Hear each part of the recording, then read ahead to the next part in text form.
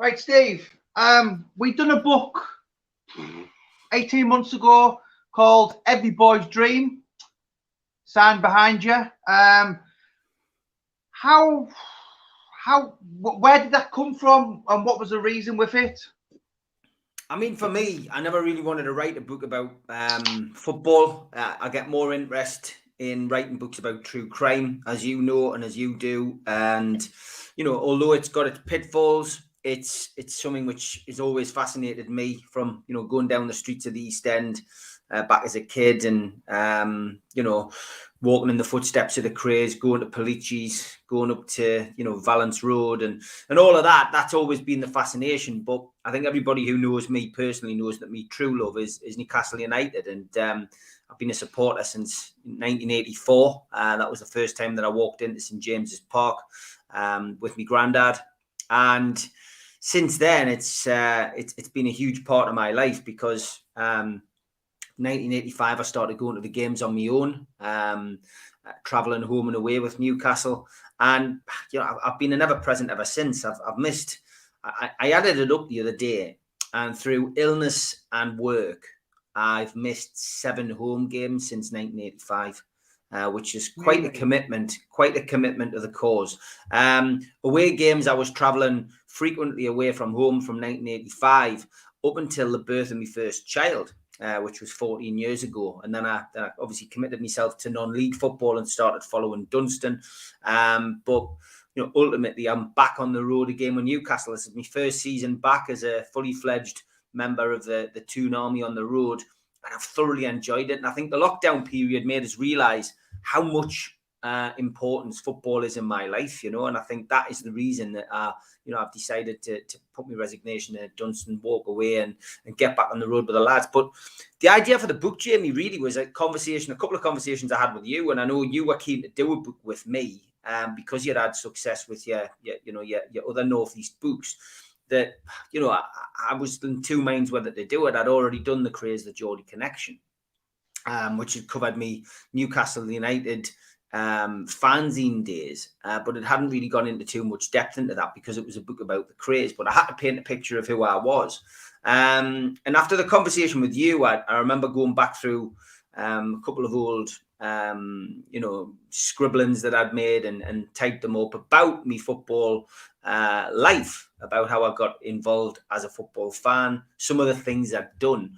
And I think that's really where the idea started. You know, you kept saying, have you thought any more about the book? And, you know, it was a good process. I mean, I've never been on the opposite side of it. I've never been in a room with an author who has wanted to do my story. I've usually written things or typed things up and sent them to the author, where this time it was a bit more laid open and bare. And although there's you know, 1 or 2 stories that have been repeated in my books, mainly the stuff that you got out of us for that book is brand new stuff. And that's what makes it unique, because I've never written in depth about Newcastle United, and I don't intend to. And, you know, you got that out of us. So that's where the idea from the book came from, Jamie. Do you know, I didn't realise, I mean, Newcastle Sunderland is a massive hatred, if you like. And I didn't realise how well liked you are in Sunderland, not until I started researching for that book, and I started reading some of the forums, and I started speaking to some of the I mean, one guy whose book I'm doing next, so it's done, but it is yet to be released, and he said to me, he's a Sunderland fan, and he said Steve Wraith is Beelzebub to the Sunderland fans. You know, how much of that part it comes into real life? Do you have, you know, Sunderland, Newcastle is, you know, I spoke to Alan Thompson, I spoke to, that's real beef that between them two, isn't it? Yeah, I mean, look, you're a Celtic fan, and you know what it's like between Celtic and Rangers. It's religious tension which gets between you two, though. Between Newcastle and Sunderland, it's very much political, and it's about the two areas. I think Sunderland, in general, always feel like the poorer city, feel as if Newcastle take the lion's share of everything. And, they always feel like Newcastle is, Newcastle Council and the government have basically taken the mick out of Sunderland, and they're always in our shadow. I guess that's the impression. And, this rivalry really stems from the 70s and 80s. You're going into you're going into the Labour government, power cuts, and the bins not getting collected and rubbish mounting up in the street. Then you're going into Thatcher's government, where the miners were treated so appallingly up here, and ultimately it stems from that period. Because if you go back to the 1950s, and Newcastle and Sunderland fans were almost one in the same. And I know that sounds strange. You will have had diehard Newcastle and Sunderland fans, but there was a lot of people who couldn't afford to go on the road and watch games. So they would go to St James's Park one week and they would go to Roker Park the next.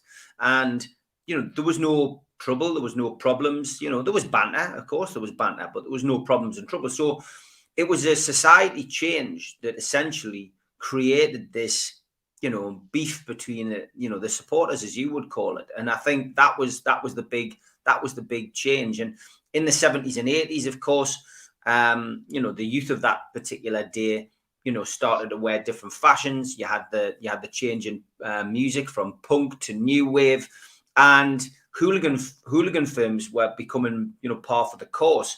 The grounds were becoming dilapidated. You were going from generation to generation. You had people who were falling out, and forming groups and essentially going away for a good old fist fight. And that was it, really. It was down to society change, economical change, and just society in general. There was an apathy, there was a hatred towards anything government. The police weren't well liked, and that's what created this beef between the two areas. So whenever you had local teams playing each other, like Newcastle and Sunderland, or Newcastle and Middlesbrough, because that was quite a potent mix back in the 80s.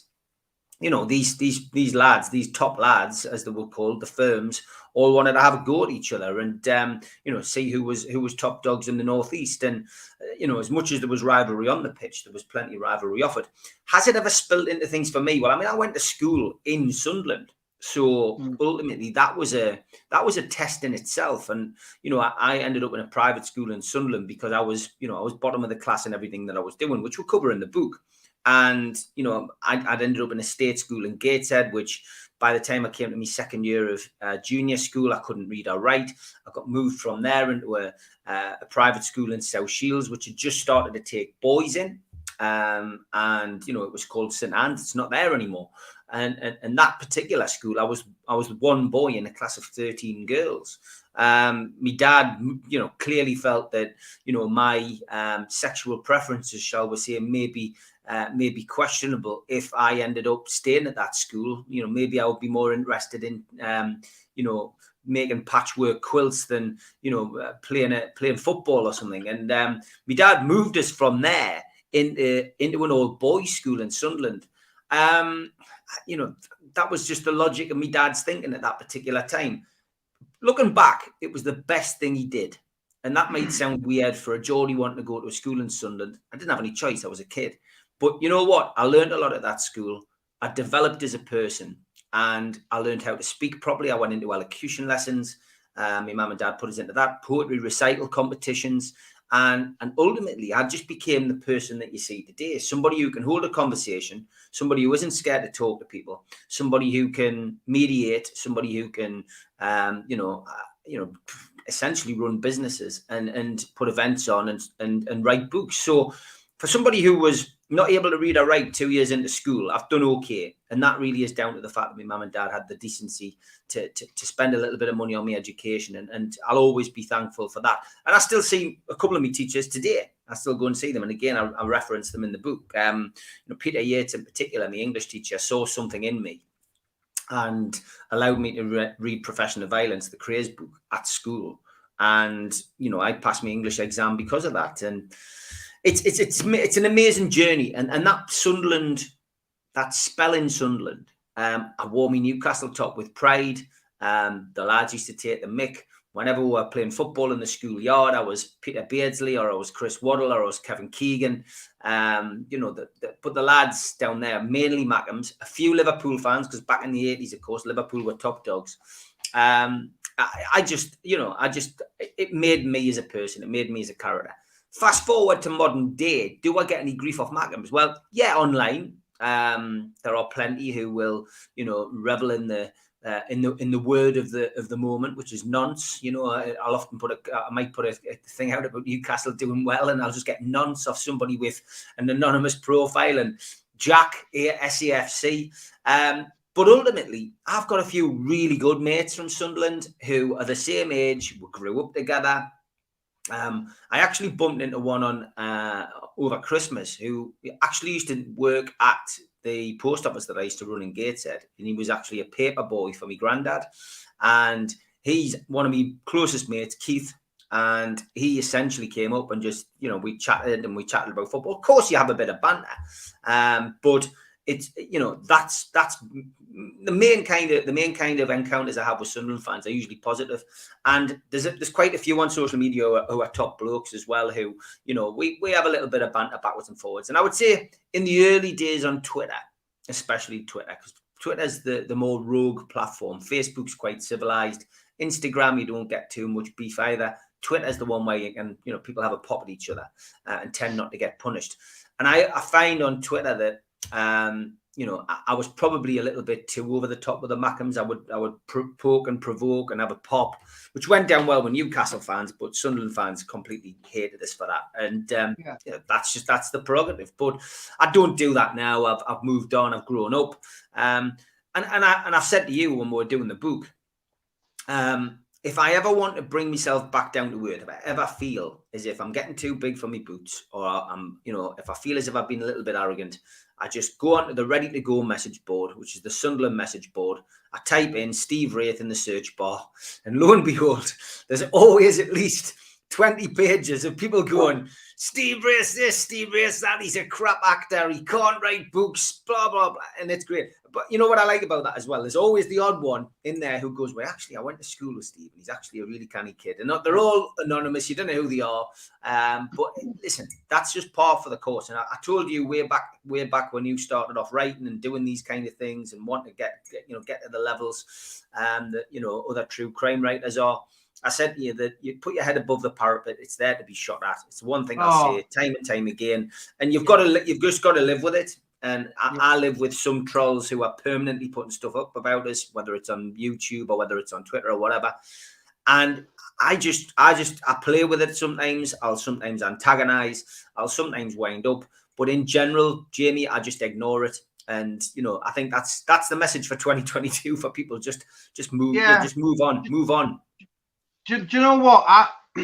I've only learned fully 100% to ignore it this year, and otherwise you would be going, fight him, this old man, this young kid. Mm-hmm. But before I go back into the book, Sunderland beat you 6 times in a row. Yeah. How was that to take? How did you deal with that? It was hard, but it was softened by the fact that I'd been to, bearing in mind that I'm coming into my 38th year as a Newcastle fan. But for 34 years, and this is true, 34 years, I travelled to Roker Park and then the Stadium of Light, and I never saw Sunderland beat us. We had a fantastic record, 34 years unbeaten in the derby, as opposed to 6 in a row. I understand why they were gloating. I understand why they were delighted and happy. They had a bit of a hoodoo, a jinx over us. No surprise it came during the Mike Ashley era. And ultimately, yeah, it was hard to take. But those Sunderland fans, the Mackhams as we call them, they waited a hell of a long time for that. And this is part and parcel of it. You've got to, if you give it, you've got to take it. The final derby that we played before they were banished to what is now Division 2, but is really Division 3, is, a 1-1 draw, and Mitrovic equalised. So we broke the spell. I'm hoping that we don't see them next season. I'm hoping Newcastle stay up, and I'm hoping Sunderland, it looks fairly likely Sunderland could go top of the league tonight if they beat Sheffield Wednesday. They look as if they're on course for promotion. I just hope we don't see them next season, because that would mean Newcastle were relegated. But yeah, rivalry's intense. And there's nothing better than Derby Day, match day. And I always go on the train. It's great to go on the train. I don't like going on the bus. You go on the train, you get the full atmosphere. You, as a football fan, we're treated usually appallingly wherever we go anyway as football fans. You're herded like cattle, but that's the best way to go. And especially if you've won and you're singing on the way back out, it's fantastic. But I've seen some horrendous sights down there. I mean, Roker Park was the worst, where you would come out, there was no police out the back as you came out. And then, there would be house bricks pelted at you. And I've seen women and kids hit with house bricks coming out of the back of the Fulwell end, the Roker end, sorry. It's not kind of scenes you see nowadays, but I've got some fairly horrific memories from trips to Sunderland, it's got to be said. Yeah. So in the book, obviously, there's a lot with football, but you do go into cover the acting, the boxing, the true crime element, which of course is a big part of your life. How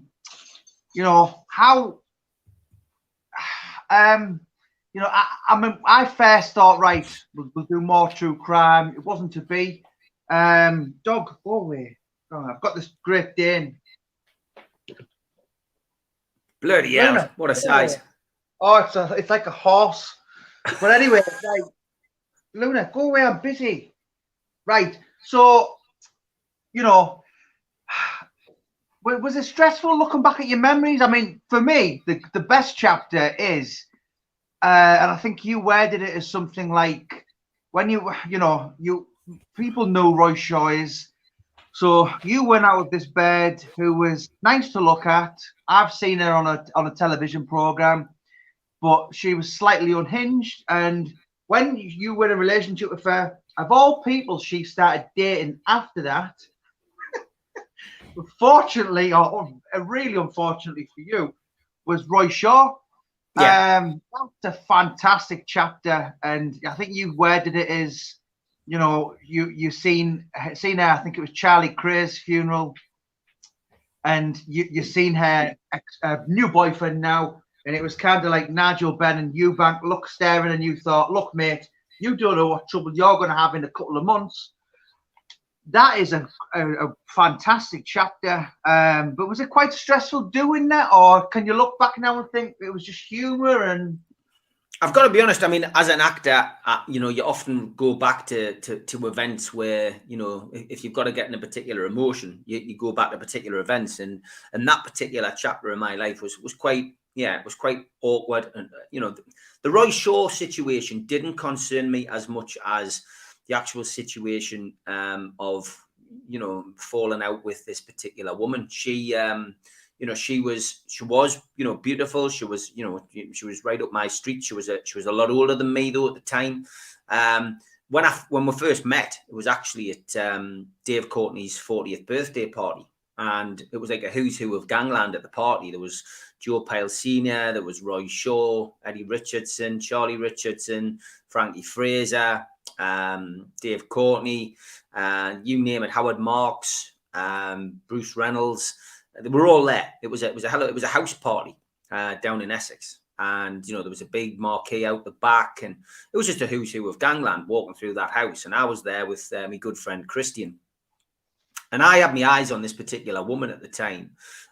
We chatted, and we basically had a bit of crack, and she said, look, don't get involved with me because I'll hurt you. And that was it. I just, like most guys, young guys, and I was young at the time, you think we're downstairs, you don't think we're upstairs. And we swapped numbers. We had a kiss that night, and then I never really thought anything about it.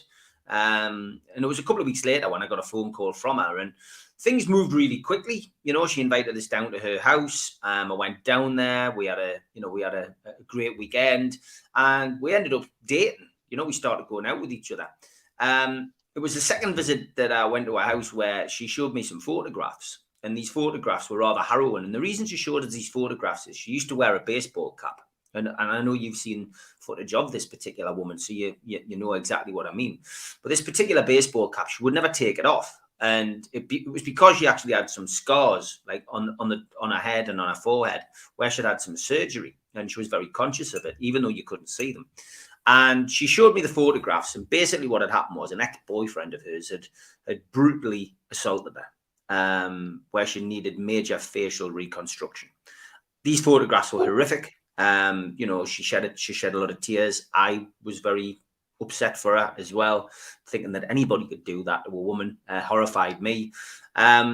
She then explained that she was on Prozac. She was prescribed for Prozac.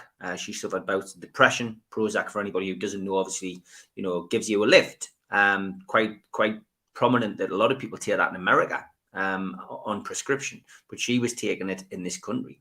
And mood swings were quite a regular thing with her. And the relationship went really well for about 5 or 6 months. We got engaged.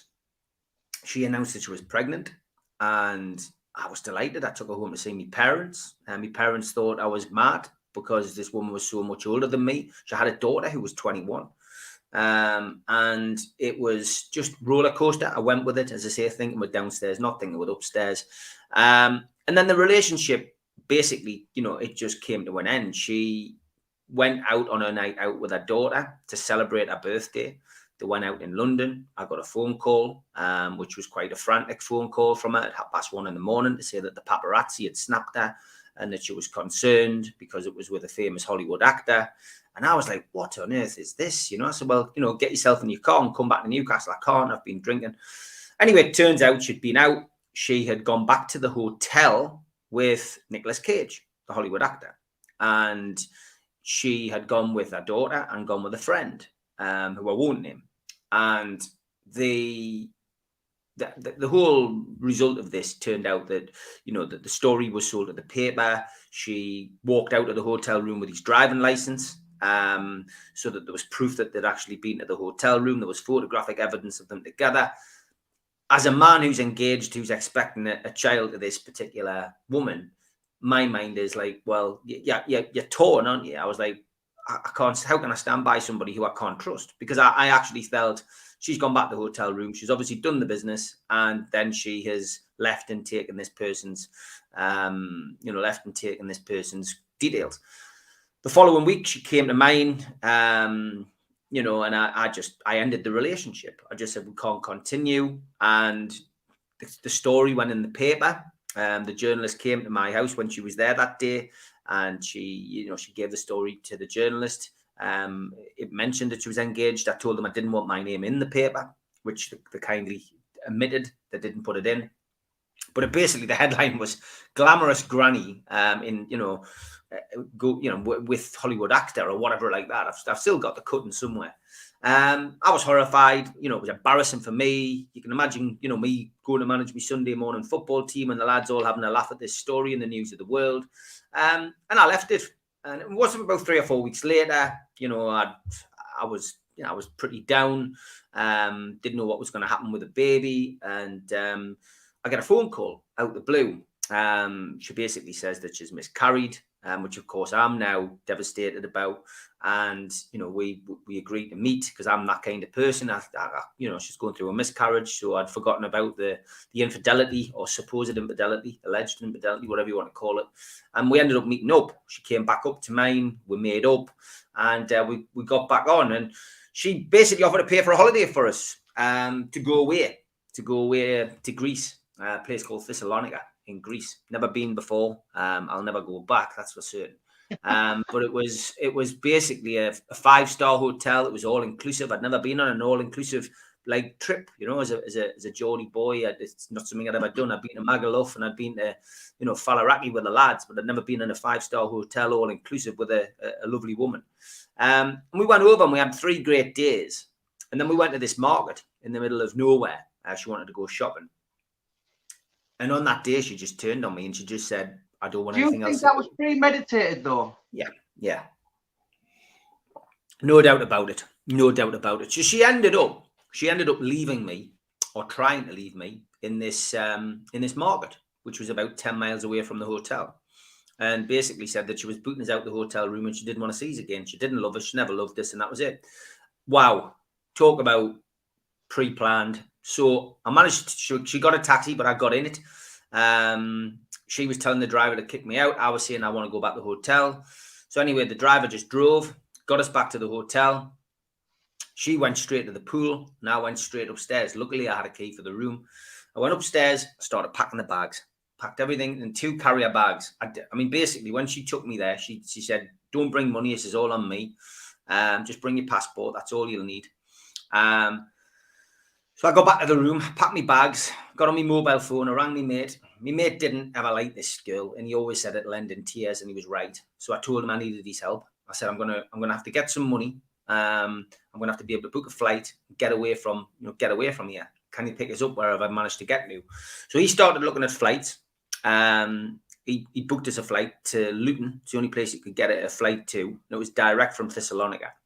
And as I was basically making the last minute checks, I went and got some money out of the safe. I was going to need some money for a taxi to get to the airport. Again, completely oblivious to how far the airport was or whatever. As I start taking the money out, she barges through the door and she just starts hitting us, punching us in the back of the head. You bastard, you bastard. And I was like, wow, this is mental. This is crazy.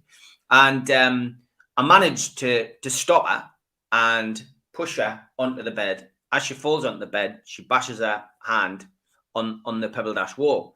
So she starts wiping the blood on her face, wiping it all over her face, wiping it on her hair, and saying, I'm going to say you've tried to kill us. So I'm like, wow, get out of here. You know, you've got to get out of here. So I took my engagement ring off, which I'd since put back on. I put the engagement ring down on the table in front of us. I picked up my bags and I just left. And I thought, whatever happens, happens. What can you do? You know, with you know, looking back on it, I think maybe I should have rang the police and got airlifted. But then, you know, if I'd done that, she could have said that I tried to kill her. You know, it's fight or flight, I guess. And I just thought the best policy here is to get away. So that's what I did. I got downstairs. I ordered a taxi calmly. Taxi arrived, jumped in the taxi, said, Thessalonica Airport, please. I've managed to get best part of 100 quid from the safe, and off I went. I got to the airport, I got out, started looking around the terminal, and couldn't find any like departure flights. Turns out there's more than one terminal in Thessalonica. There's Thessalonica Airport A and Airport B, and I was at the wrong airport. I'd spent 20 quid getting to this airport, so I'm down to 80 quid. So I have to get another taxi to go to the other terminal, which is another 20 quid. So I'm left with £60, and you know, I get to the airport, go straight to the EasyJet thing where my mates booked the flight for, and they said the next flight's not till 7 a.m, and it was 1 o'clock in the morning. Couldn't believe it. I had now 6 hours to sit like waiting for this flight at the airport, and all this time wondering what's going on at the hotel. Has she rang the police? Is she making up some kind of cock and bull story? I just didn't know what had happened. Anyway, I get up, manage to get my head down for a couple of hours. Get to the airport, check in. Got 2 carrier bags with all my gear in. And as I get there, the woman goes, sorry, you can't come through. And I went, you're joking? I said, I'm booked on this flight. She went, yeah, but you've got 2 bags. And the flight that you've been booked on you're only allowed 1 bit of hand luggage. And I was like, oh, God. So I had to go back out. I had to go like all the way back through the checks and go and buy a bag. Bag costed something like 50, 55, 60 quid. So I had no cash, no penny. As I boarded the flight, the letters on the flight, I got on the flight and I came back to Luton, and fair play to me mate Paul Donnelly. He was there to pick us up, and I'll always be thankful for that. So fast forward from that incident, I get back home. There's some pretty bizarre messages on my answering machine. I've still got the audio tape somewhere. I've just never dug it out, where basically she's laughing and saying that, you know, she'd set us up. So she admitted what she'd done was a setup. And that was a big help to me, because what she'd also done was she'd rang a few well-known gangland figures. She'd rang Joe Pyle Sr., she'd rang Charlie Richardson, she'd rang Freddie Foreman, and she'd told them that I'd beaten her up in on holiday. But where a mistake was when she had, you know, taken that action on the day, she'd actually left some rather condemning and damning evidence on the answering machine. So I copied the tape, I sent it to Fred, I sent it to Joe, and I sent it to Charlie. which of course cleared my name and vindicated me completely. The other woman who was involved, it also showed her involvement because she was the one who'd set the Nicolas Cage thing up, and she was the one who sold the story and made the money out of the paper. Bizarre world that we live in. But anyway, moving forward, getting to the next part of the story, it's a few months later when I receive a phone call from somebody to say, you do know your ex-bird's going out with Roy Shaw now? And I was like, of all the bad luck in the world. I went, you are joking. I know. So, and as you know, Jamie, I might be a boxing promoter, but I'm certainly not a fighter. I'm not somebody who has ever said I'm a hard man. I did the doors for 18 years, but I did it in a sensible, calm, cool, collected way. I punched 2 people in 18 years. Don't get me wrong. I am not a hard man. I do not have a fight with people, and that's not my way, and I never have been. So Roy Shaw suddenly going out with me ex is a big issue. I then have to tread very carefully because I go to events in London. I'm invited all the time. And I'm suddenly in this position where I've got to say, is Roy going? Not particularly because of Roy, but because of the girl. Because you're thinking, God, if she's there, she's going to cause a stir, you know. The next big event, of course, was Charlie Kray's funeral. And, you know, April 2000. Ron had passed away in 95. Charlie passed away in April 2000. And Dave Courtney, as he had for the Ronnie Kray thing, Ronnie Kray funeral, had been on the phone to me and said, would you like to be part of the security? He says, I'm not doing it directly this time. He says, but, you know, I'd like you to come in and help me out. And I went, well, I've got a problem, Dave. And I says, it's called Roy Shaw. And I says, I know it's a funeral. And I says, I know Roy will have respect for Charlie. I said, but I don't want to incriminate or involve anybody in something which might kick off. I said, so what I'm going to do is I'm going to travel down with Ian Freeman, the cage fighter, who at that time had just become friends with the guys, and a guy called Ray Khan, God bless him, who's no longer with us. And I travelled down with them and another guy, a local doorman who I knew called Graham Borthwick. He was the driver on the day. He drove us down and drove us back the next day. Now, I explained to the lads what the situation was, and I mean, this is why I was always a little bit peeved at Ian Freeman, because he claims in his book that, you know, I asked him to go down to fight me battles. Couldn't be further from the truth. I asked them not to get involved. And on the particular day, I travelled to Dave's. I went down to Dave Courtney's house. Huge amount of security guys turned up there, all of Dave's pals. There's video footage of us all there, actually, because it was on Dave Courtney's Underworld on Channel 5, which I'll probably load on my YouTube channel at some point again. But we went down and I made sure that I travelled with them to the church, but then I hung back, let them go in, and then I went in on my own. So I actually went into church on my own. So the thing that you mentioned earlier on, which was walking into the church, going into the row that I was allowed to go into, where my seat had been reserved, only to look directly across and lo and behold, see my ex. Now, she wasn't with Roy. It turned out that Roy wasn't there in that particular day. She had come down with another person who I knew, who was giving me the evils, and she was doing the whole like looking frightened act, and he was looking across at me as if to say, "I've got your card marked," and I was looking at him going, "God help you, mate, if you're the new flame," because I thought maybe Roy and her had splitting up. You know, I hadn't got a clue what was going on, but it was just bizarre. The service was on and then it was off. And as I came out of the church, I bumped into Bruce Reynolds, and they said, "Are you going up to the crematorium?" And I said, "Yeah." He said, "Do you want to jump in with us?" I went, "Well, that would be great." So I avoided the situation again with Dave, didn't bring anything on them. And when I got in the car with Nick and Bruce, I said, "Look, have you seen Roy?" And I hadn't seen him. And I explained the situation. And you know, we had a good journey from English, from the church at Matthews up to the cemetery. And I told them the situation. And again, you know, they were shaking their heads, going, "Well, you know, you get yourself into these bother with women. That's what it happens to us all." But yeah, I went up. I was at the graveside. I paid me respect. And you know, as for the wake, well, I didn't go back to it because, you know, the last thing I wanted to do again was if he wasn't at the church, maybe he was in a different place in the church, maybe he was late, maybe he was delayed. If I went back to the wake and he was there was more chance of a kick off at the wake than there would have been anywhere else. So I just decided just to go off and do my own thing. So I met up with Christian, and we had a great night out down in London to toast, Charlie's life. But yeah, that was bizarre. And the situation I thought would have died down. I subsequently learned that Roy had eventually split up with her. He'd moved on. He'd settled down with somebody else. The story with her, had more or less disappeared by the time I got down to a boxing do in London, which was with Joe Pyle. Joe Pyle Jr. was putting on an event at Caesars. Now, at the time, I was having a bit of an issue with a guy called Tel Curry, and Tel had written a couple of books.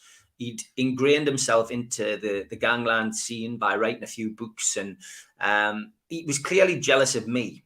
And we'd had a little bit of a fallout at a boxing event where I'd taken Gary Furby down to fight on his very first unlicensed show in London. I'd promoted him in the Northeast, but I hadn't put him on in London. And Tel offered me an opportunity to put him on a show. When we got down to the show, and we'd sold 60 tickets, so there were 60 Geordies had booked on a train, all had tickets for the show, and all got down there. And we got down, and Gary got put into a dressing room.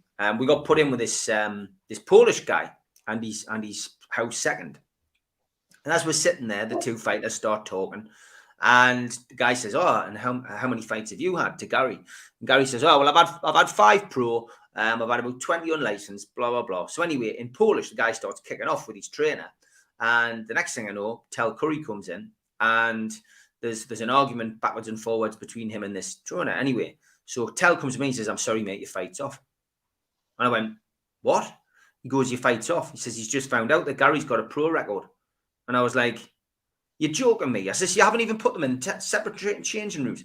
I went off it. I literally went off it. Because, I mean, for me, it's a basic as a boxing promoter. You don't put the home and away fighters in the same bloody changing room. I'm at a pro, whatever it is, unlicensed. You just don't do it for whatever reason. But he had.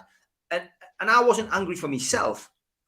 And I wasn't really angry for Gary in a lot of ways. I was angry for the 60-odd people who would sold tickets to, who come down, spent money on rail fare, money on hotels, money on drink, to come and see Gary box. Now they're going to sit there and not get a fight to see. It was absolutely foaming. And I gave Tel a coating, an absolute coating. But that's just the way, that's the way I am when something isn't done properly and professionally, and if it affects so many people. And it's on me. I'm the one who's told people this is going to go ahead. For Gary, it was disappointing, and obviously we had other fights. That's where the problem started with Tel. He didn't like the court, and didn't like what I'd said, and clearly then made it a point of trying to, hammer me. And what happened? I'll give you a little bit of a build up to this, and this is fascinating, really, because this is pre-internet. So people think trolling started online. It didn't. It started before that. Tel actually tried he wrote letters, 3 of which I've got now. Tel's passed away now. He's no longer with us. Nothing sinister. It was an illness, a short illness, and then a death. But what he did was he wrote to every major gangland figure. He wrote letters, actual letters, to say, hi. For example, the one I've got that he wrote to Freddie Foreman. "Hi, Fred. Hope you're well. Got to do some work. Got to make some money. Blah blah blah." And then there'll be a bit in there. "By the way, I would be very wary of Steve Wraith. You do know that he's a police informer." And I was like, bloody hell. I couldn't believe it. Fred had kept this letter, and he gave us it and showed us it. I had a similar one from Joe Pyle Sr. to say that this had happened. I then started receiving emails from Eddie Richardson, Charlie Richardson, Johnny Nash, and I printed these all off on my old Hotmail account years ago, threatening me, more or less saying, "You better stay clear of London, blah, blah, blah." But the thing was that every single email, although it was from a different email address, was written exactly the same. Same way of saying things, same way of spelling things. And I just couldn't believe that somebody would go to this kind of extreme to try and hammer somebody. But that's exactly what he did. He even wrote to Kenny Noy, who, I at the time was, backwards and forwards, we're keeping up a correspondence, and I know Kenny quite well these days. But the situation that developed with Kenny was bizarre, because he didn't even know Kenny, so he just wrote to him out the blue and said, "By the way, Steve Wraith's a police informer." it was mental, and that for me was my first experience of trolling somebody, trying to knock you, trying to affect your whole character and cause you some serious trouble with some pretty heavy duty people. So he had an issue with us, and as I say, the whole thing with this woman had died a death. So I got an invite down to a boxing show down in London. This was Joe Pyle Jr. show. And at the time, I was doing a lot with a guy who the Krays got on very well with in the 60s, called Eric Mason. And this was a charity event for Charles Bronson, as he was known at the time, now Charles Salvador. And it was a big, big boxing event. And I was invited on the top table. There was Joe Pyle Sr., Joe Pyle Jr., Roy Shaw, Tel Curry, Eric Mason, me, and a guy called Panda Anderson from Newcastle. We were all on the same table, and there was one or two others on the table. And Tel was lovely that night. Completely fake, I felt, over the top. I didn't understand why he was being so nice. I'd actually travelled down to the event with some people from the Outlaws biking community who I got on with very well. I mean, back in the old days when I could dance a bit, the Outlaws always used to invite us back to their clubhouse. So I wouldn't book a hotel. I would do an all-nighter down at the Outlaws clubhouse and come back looking like death warmed up on the train with whoever I'd taken down with us. But it was always good crack. The Outlaws are pretty serious. If you've ever looked into the biking wars, the Outlaws and the Hells Angels, two completely different communities.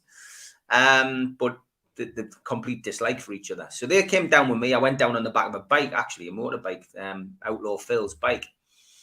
And they said, look, we know you might get a bit of trouble. We'll keep an eye out for you on this particular night. But, everything was fine. There was no issues, no problems at all. And it was about halfway through the night, in an interval, halfway through the night, Tel turns to Roy and whispers something in his ear. And then next thing you know, Roy just gets up and jumps across the table and goes for me. So instinct, rather than bravado, I just pushed him back like that. And because I'm quite a big lad, I'm 6'2", I was 17 and a half. Roy goes flying back and, pulls the tablecloth. There's glasses and beer and everything goes all over the place. He falls on the floor, knives and God knows what else falling on the floor. And everyone's just like, wow, what's gone on? Next thing you know, boom, Outlaws are in. And it was like a proper security, you know when you see the president being attacked or someone being shot at, it was like a military precision operation. The Outlaws came in, surrounded me, got me out of the situation, frog masters through the crowd, got us towards the stairs on the way out of Caesars and Streatham. And as I got there, Tel Curry's directly behind us. And he goes, I told you I would get you back, you Geordie bastard. And he tries to clip us. So he holds a right-hander. I managed to just get out the way. And he clips us just there. So he didn't get us full force, but I fell back. But I fell back into the arms of Phil, who was like bodyguarding us, if you like. So I got up and gave him some expletives. And as I did that, a couple of the Outlaws just set about him, I didn't see what happened to him. I just know that, I was out of the club. I was back on the back of this bike and I was away back to East London where the clubhouse was at the time. And my mind was racing because I'm thinking I've just pushed bloody Roy Shaw over. What are the repercussions going to be from this? Obviously, I'd had a drink. I'd had a great night. I'd left me pals sitting in there. Eric Mason was stuck there. Panda was in there. What's happening to them?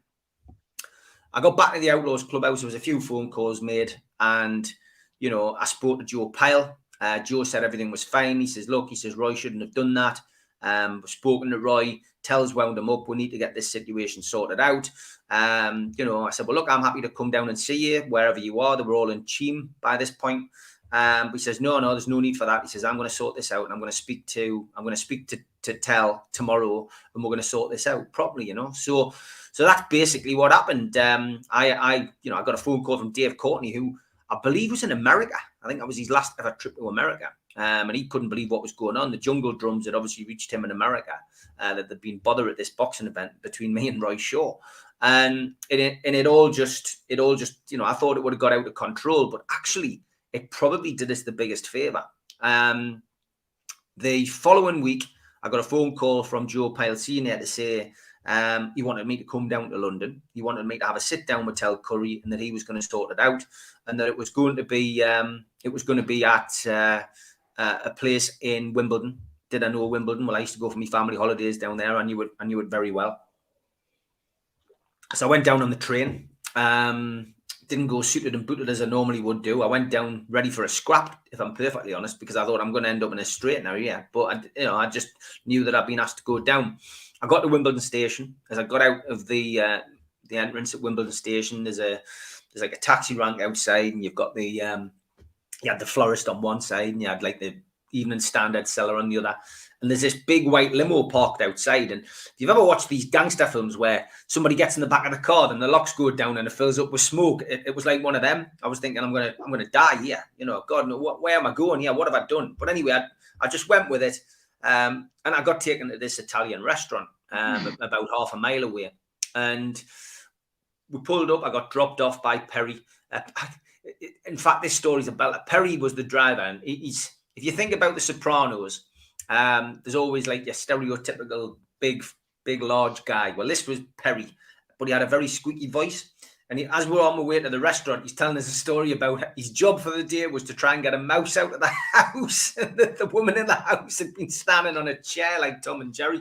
Bizarre the things you remember, but that was his recollection as we drove there. And I'm thinking, it's a kind of inane story you don't want to hear when you're on your way to, potential bother.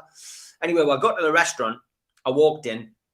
No Joe Senior, but Joe Junior was there, and he came up and he greeted us. And me and Joe have been friends for years, and we gave each other a hug. And there was a couple of other familiar faces there who I won't mention who made us very welcome. We sat down, order a starter, order this, order that, and we had our first course, we had our main. Tel Curry hadn't arrived, and I'm clock watching by this time because the last train back to Newcastle at the time was 9 o'clock, and this is getting towards 7 o'clock, and he's still not turned up, and not answering his phone. Anyway, he waltzed in at about 7:30, 7:45, and I've got to get back from Wimbledon to King's Cross, and I'm literally only going to have 15 minutes with a kid. In a nutshell, Joe just said he gave Tel a bit of a dressing down. He says, we know what you've been up to. Steve showed us the evidence. We've seen the emails. We've seen the letters. We saw what happened at the boxing event. And we're telling you now, it ends today. We want you both to shake hands and leave it at that. So that's what happened. Tel put his hand out and he said, let's make lots of money, which I just cringed at. And I just said, let's just behave ourselves. And I just left it at that. We shook hands and I finished my drink and, I was off. But yeah, that's the long version, which we cover in the book, but fascinating story and a bit of gangland history, Yeah. So, obviously your book goes into lots of different things, the acting, the Freemasons. How have, have any of your family read it and what are the thoughts on the book, Steve? The family read everything. They do know the story inside out. I'm a very honest person, and I've got to be honest. Whenever there's a situation develops, I tend not to turn to the bottle or recreational drugs. I always turn to a cup of tea, and I think I say that in the book on more than one occasion.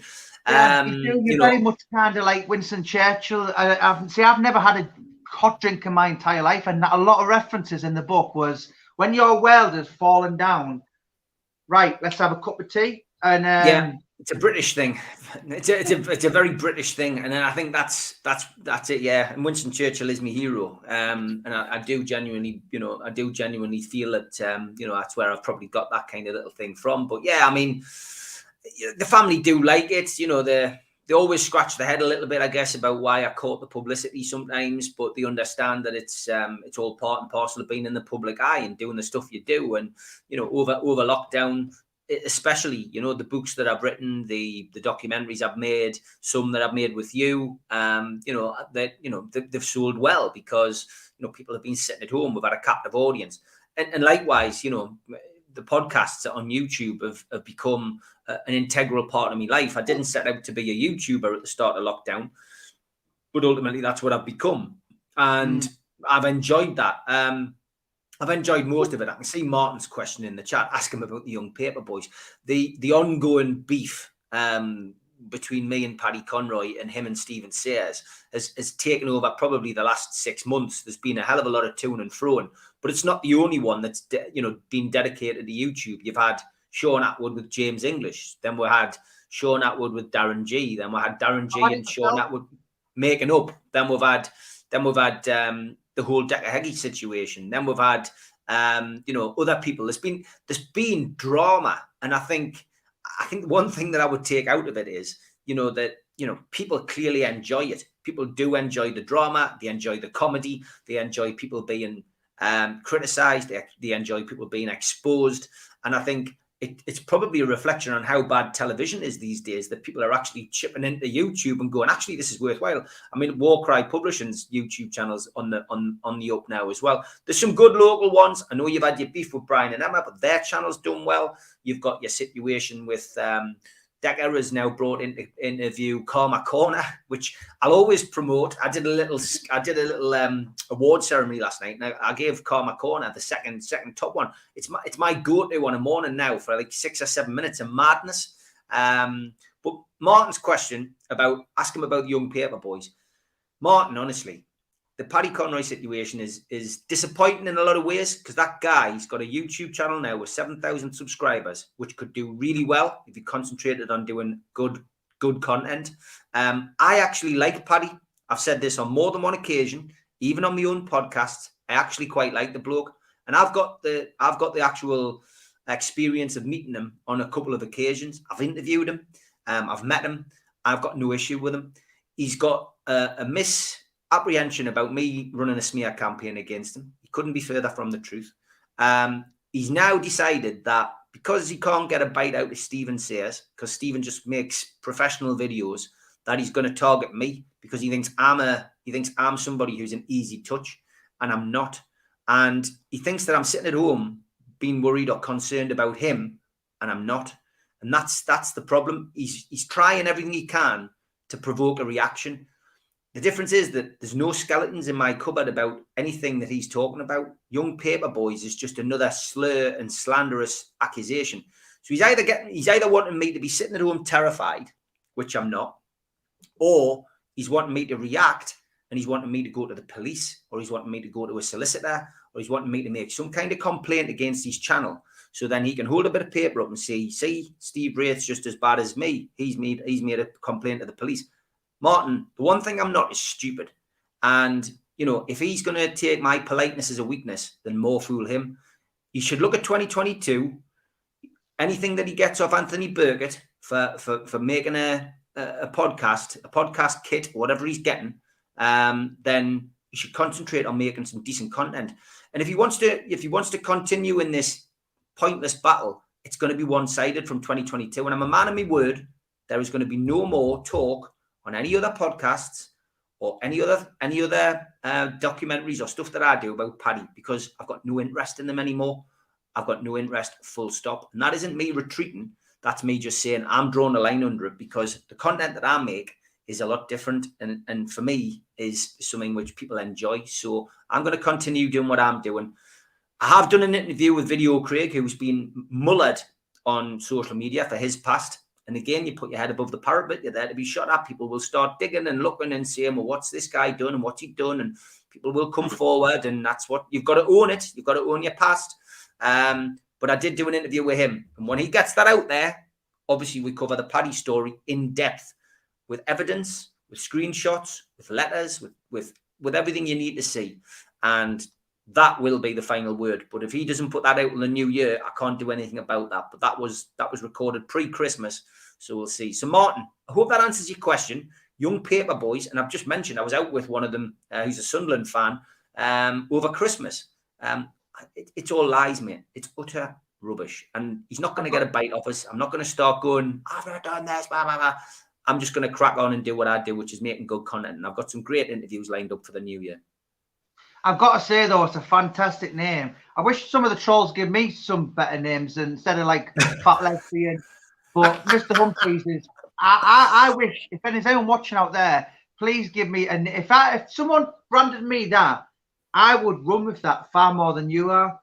You know, Mr. Humphries is so funny because obviously it's a gay fictional character from Are You I Being didn't know he Served? was.